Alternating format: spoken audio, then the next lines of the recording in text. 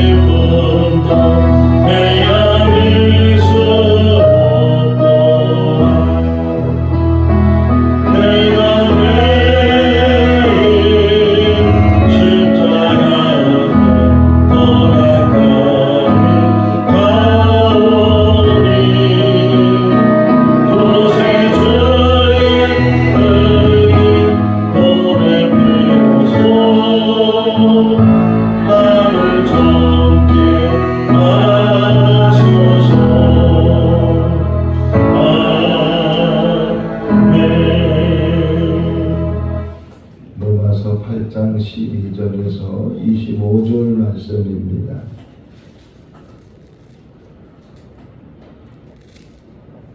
로마서 8장 12절에서 25절 말씀.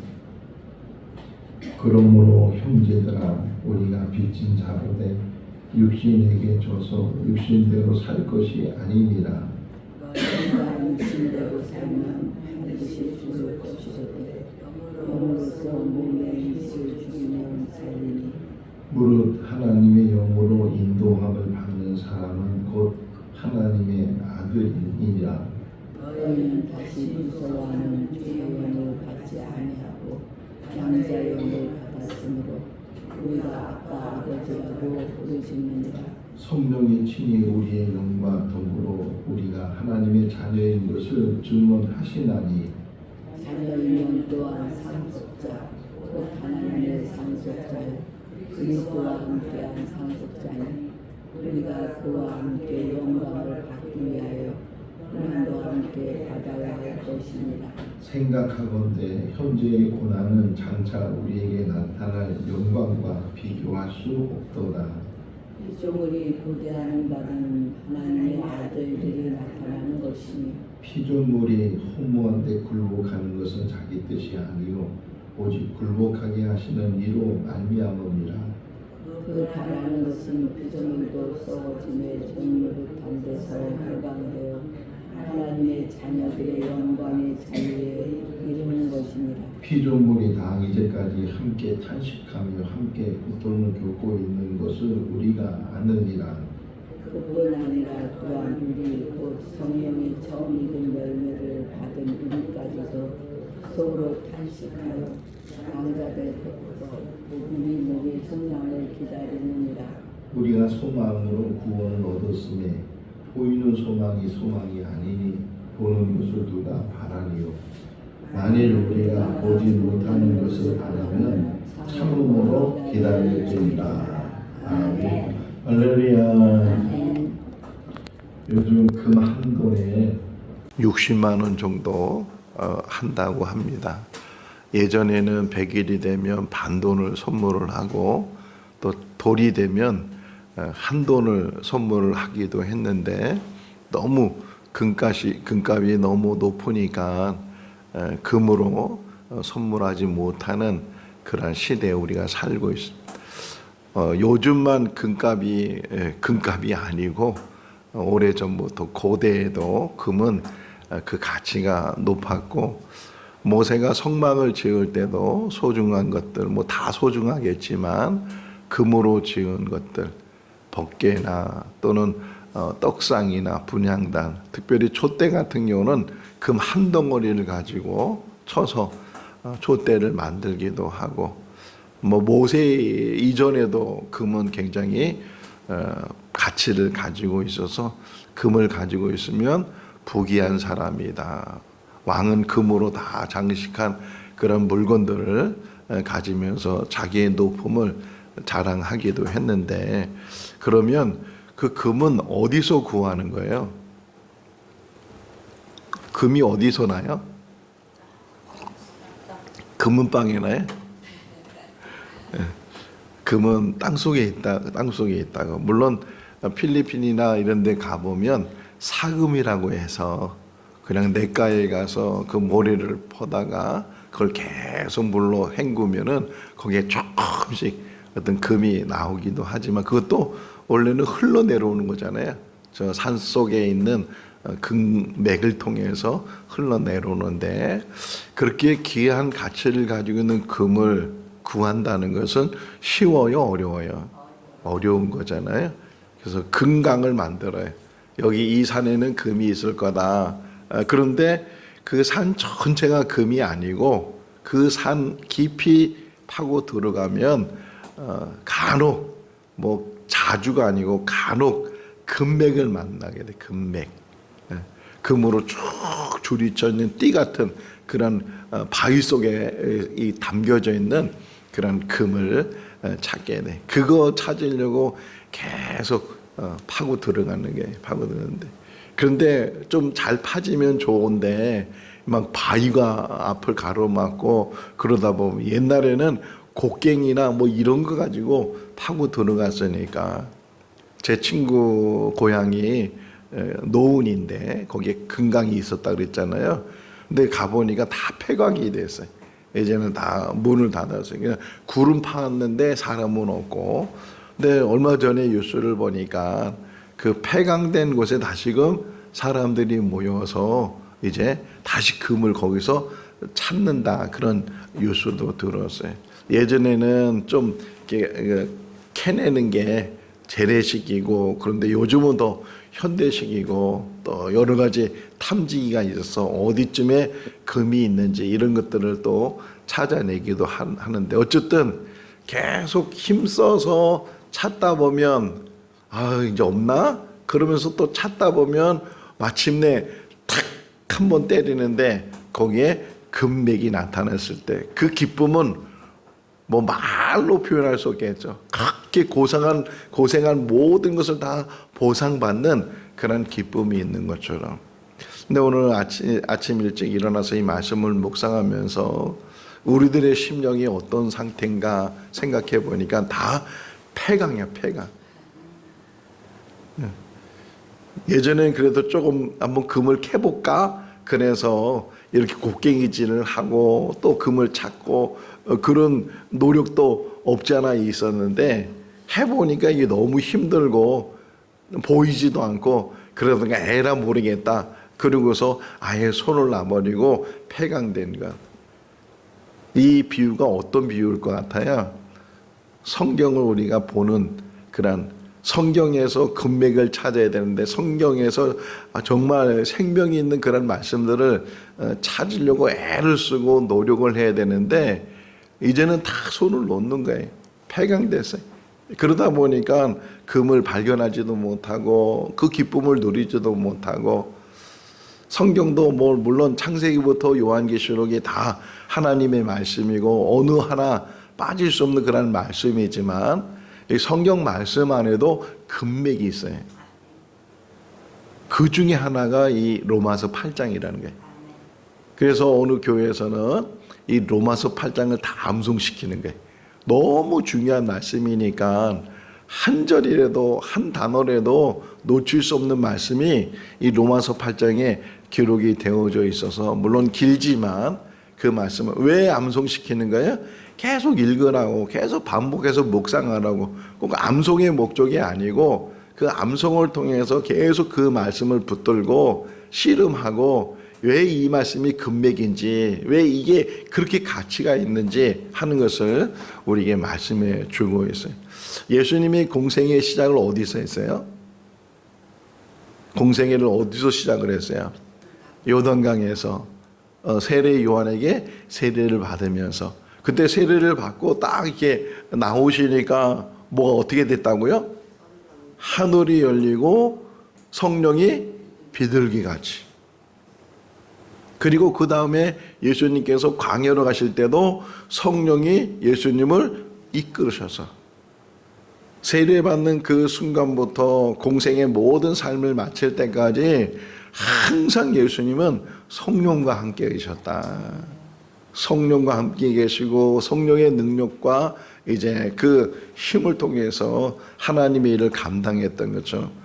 성경을 또 자세히 보시면 예수님이 십자가에 죽으신 다음에 부활하시고 그리고 제자들에게 나타나시잖아요. 요한복음 20장을 보게 되면 제자들에게 나타나실 때 첫 마디가 성령을 받으라 이렇게.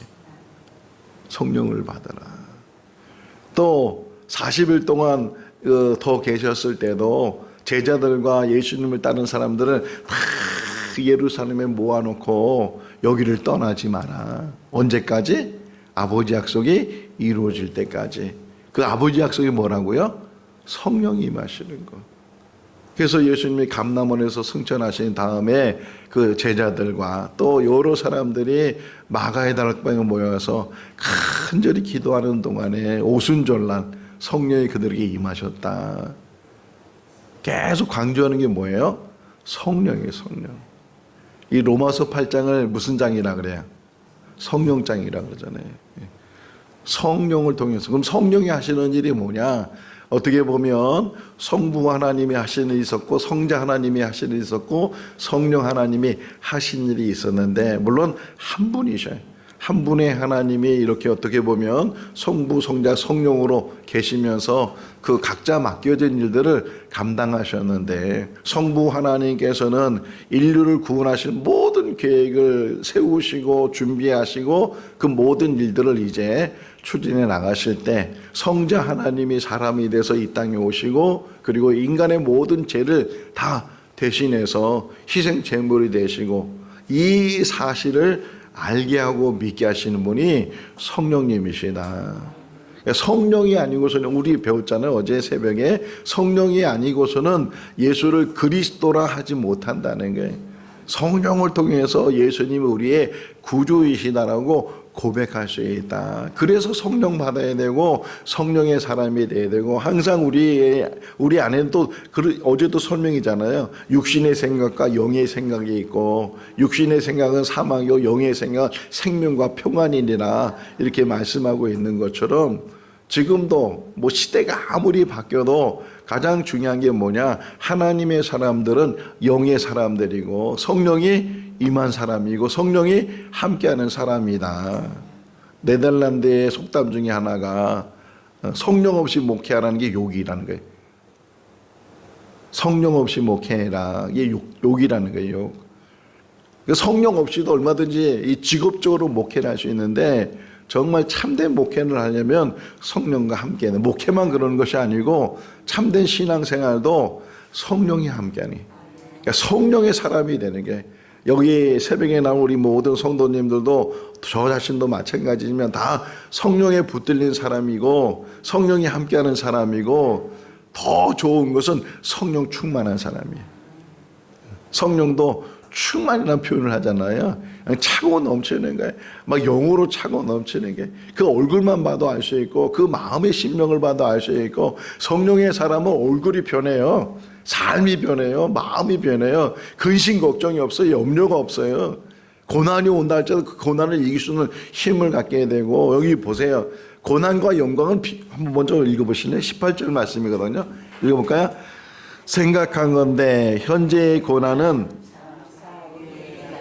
영광과 비교할 수 없느니라. 비교도 안 된다는 거예요. 뭐 지금 받는 고난, 이거 물론 받을 때는 힘들고 어렵고 감당하기 어려운 그런 고난도 경험하게 되지만, 그러나 앞으로 우리가 받을 영광은 이거 아무것도 아니라는 거예요.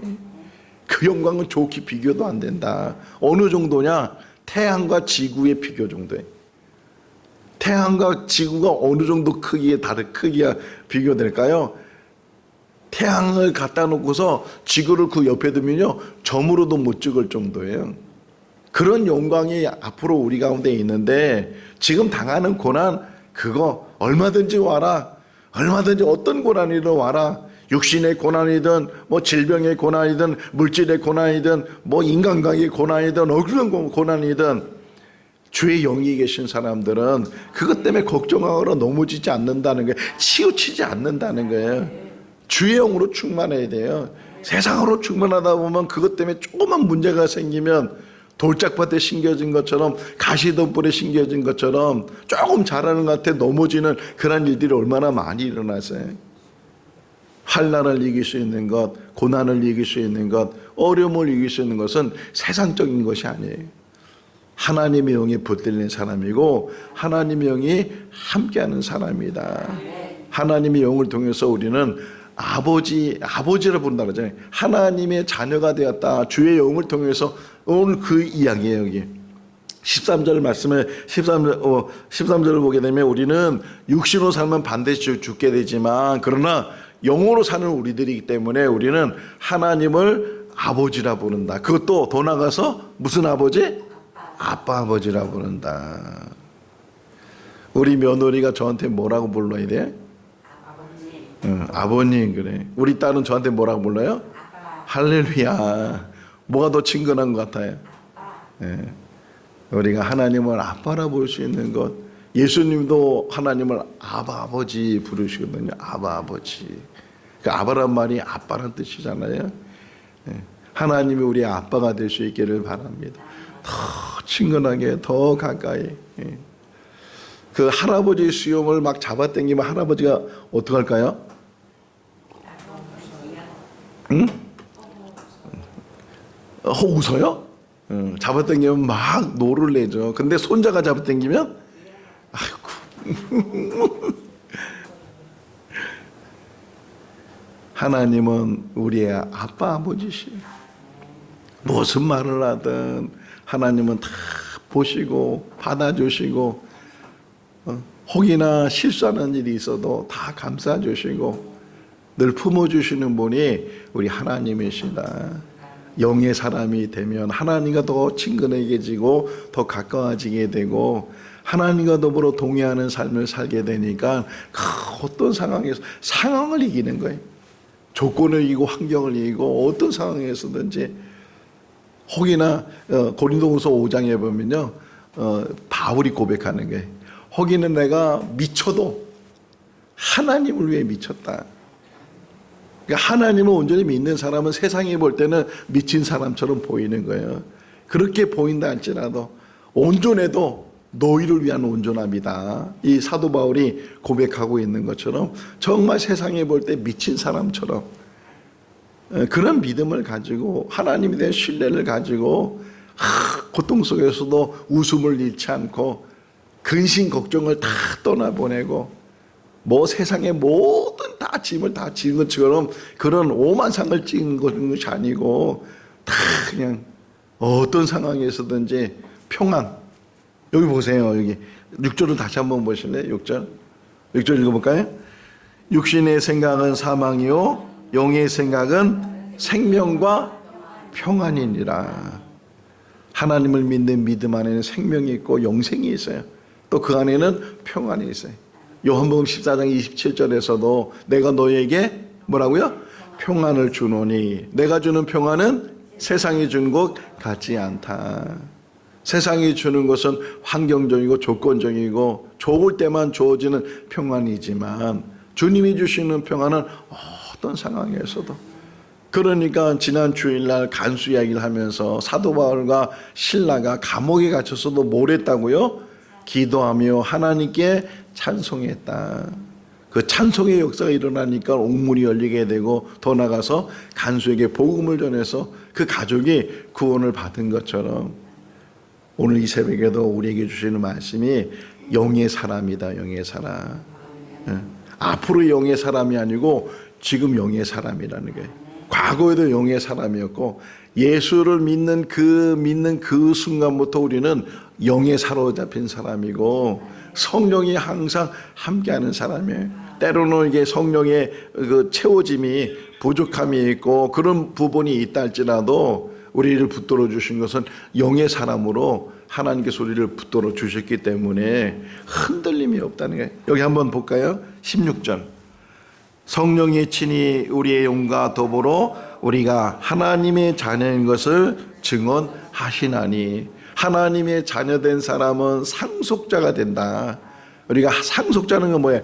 받는 거잖아요. 하나님 것을 다 받을 수 있는 그런 고난을, 특권을 우리가 갖게 된다. 그래서 요한복음 1장 12절 말씀에서도 하나님의 자녀가 되는 뭘 줬다고요? 권세를 주셨다. 이렇게 말씀하고 있는 것처럼 우리는 영의 사람으로, 하나님의 사람으로, 하나님의 자녀로 이 땅에서도 살아가고 있는 줄로 믿습니다. 그런 삶을 살다 보면 고난도 오고 어려운 환난도 오고 어려운 시련도 오고 그 모든 것들을 어떻게 하라는 거예요? 할렐루야. 우리 힘으로 이기지 못한다 할지라도 참는 거예요. 인내하는 거예요. 그 인내가 어디 있느냐? 소망 가운데 있다. 24절 말씀에 보게 되면 소망이란 말이 계속 반복적. 24절 25절 읽어볼까요? 우리가 소망으로 구원을 얻었음에 보이는 소망이 아니니 보는 것을 누가 바라리요. 만일 우리가 보지 못하는 것을 바라면 참음으로 기다릴지니라. 할렐루야. 인내가 우리를 붙들어 줄 수 있어요. 어떤 어려움 속에서도 참고 이겨나가면 지나가요.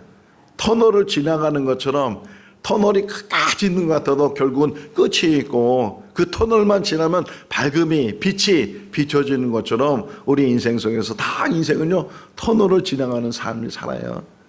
근데 그 터널이 계속 긴 사람도 있고 짧은 사람도 있지만 그거 이겨내야 되잖아요. 터널을 지나가는 그 인생 속에서도 참고 기다리며 뭐 하는 가운데? 소망하는 가운데 소망을 가질 수 있기를 바랍니다.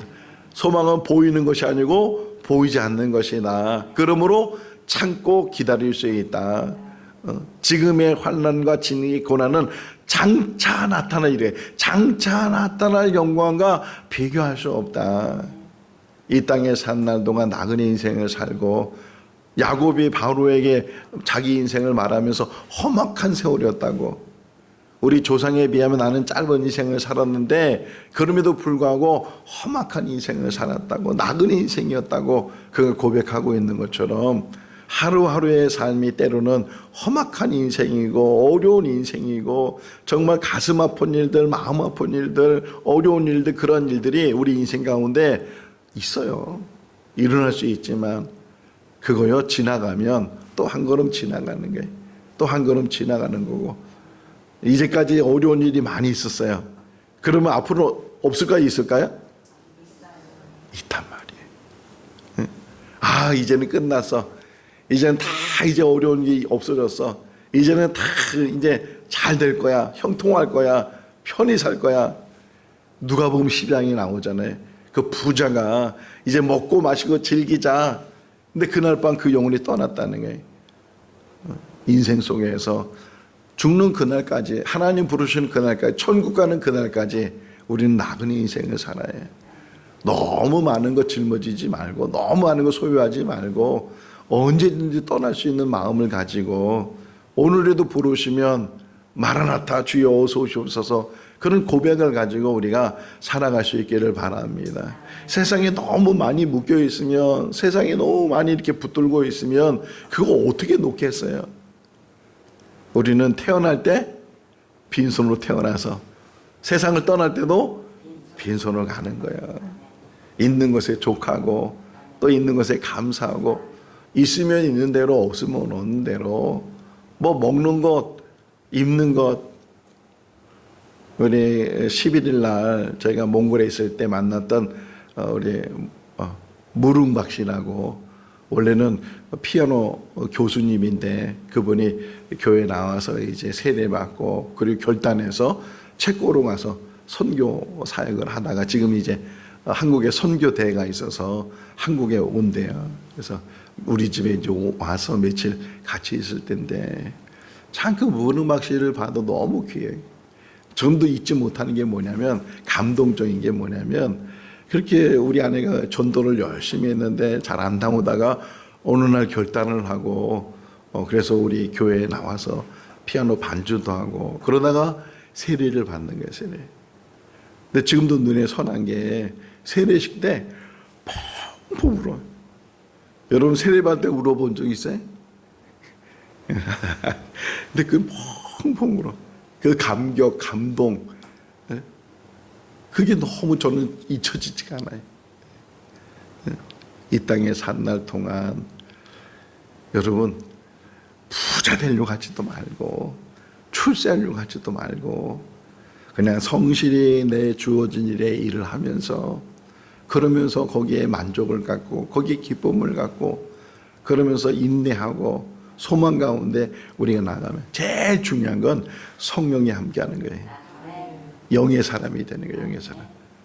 우리가 늘 기도할 때 물론 많은 기도 제목이 있지만 정말 우리가 붙들어야 되는 것은 하나님의 사람이 되는 것, 영으로 충만한 것, 영으로 붙들리는 것, 하나님 생각으로 가득 채워지는 것, 하나님 말씀 안에서 이겨나가는 것, 견뎌내는 것, 소망 가운데 이루는 것, 이것이 우리의 삶이 될 수 있기를 바랍니다. 로마서 8장은 한 번 읽고 지나가는 것이 아니고 정말 암송할 정도로 매일같이 이 말씀 묵상하고, 이 말씀은 평생 묵상해야 돼요. 세상을 이기게 되고 하나님의 영으로 충만하게 되고 영의 사람으로 우리가 이 땅에 끝까지 이겨내는 믿음을 가지고 살게 될 줄로 믿습니다. 이 말씀이 늘 은혜가 되고 반복이 되고, 어제 저희 어머니 돌아가신 일주기를 맞이해서 그래서 형제들 모여서 추도 예배하고 같이 식사하고 그러는데, 그 중에 한 분이 이렇게 저한테 얘기하더라고요. 요즘 로마서 그 새벽 예배 말씀을 계속 듣고 있다고. 깜짝 놀랐어요. 저는 그냥 듣든지 안 듣든지 그냥 보내주는데 그 말씀을 듣고 있다는 거예요. 은혜를 받고 있다고. 아, 그게 너무 저한테도 감동이 되고 은혜가 되고, 우리가 은혜 받을 뿐만 아니라 이걸 또 유튜브에 올려서 그래서 같이 말씀을 나누고 같이 말씀을 묵상하고, 영에 붙들리는 사람, 말씀에 붙들리는 사람, 하늘의 소망을 두는 사람, 천국을 바라보는 사람, 끝까지 이겨내는 사람, 견뎌내는 사람, 하루하루를 믿음으로 승리해 나가는 사람, 그 사람이 바로 우리가 될 수 있기를 주님의 이름으로 축원합니다. 기도하겠습니다. 사랑이 많으신 하나님 아버지, 사람들은 보석을 찾고 금을 찾지만 우리들은 하나님의 말씀을 찾기를 원합니다. 말씀 안에 금보다 더 귀한 생명의 말씀이 담겨져 있습니다. 로마서 8장은 생명의 말씀입니다. 죄와 사망에서 해방시키는 귀한 말씀이 담겨져 있고, 예수 그리스도 안에 있는 사람은 새로운 삶을 살고 변화된 삶을 살고 소망의 삶을 살게 되는 줄로 믿습니다. 무엇보다도 영의 사람이 되게 하여 주시옵소서. 성령이 충만한 사람이 되게 하여 주셔서 세상을 능히 이기게 하시고 어떤 환난과 연단 속에서도 넘어지지 않게 하여 주시옵소서. 영안이 열려지게 하시고 세상의 육신적인 눈으로만 세상을 보는 것이 아니고 세상 사람들이 보지 못하는 영의 눈으로 천국을 바라보게 하시고 주님을 바라보게 하시고 주의 영광을 바라보는 우리들 되게 하여 주시옵소서. 오늘 하루의 삶도 지켜주시기를 간절히 바라옵고 예수 그리스도 이름으로 기도하옵나이다. 아멘. 마쳤습니다. 자유롭게 기도하시기 바랍니다.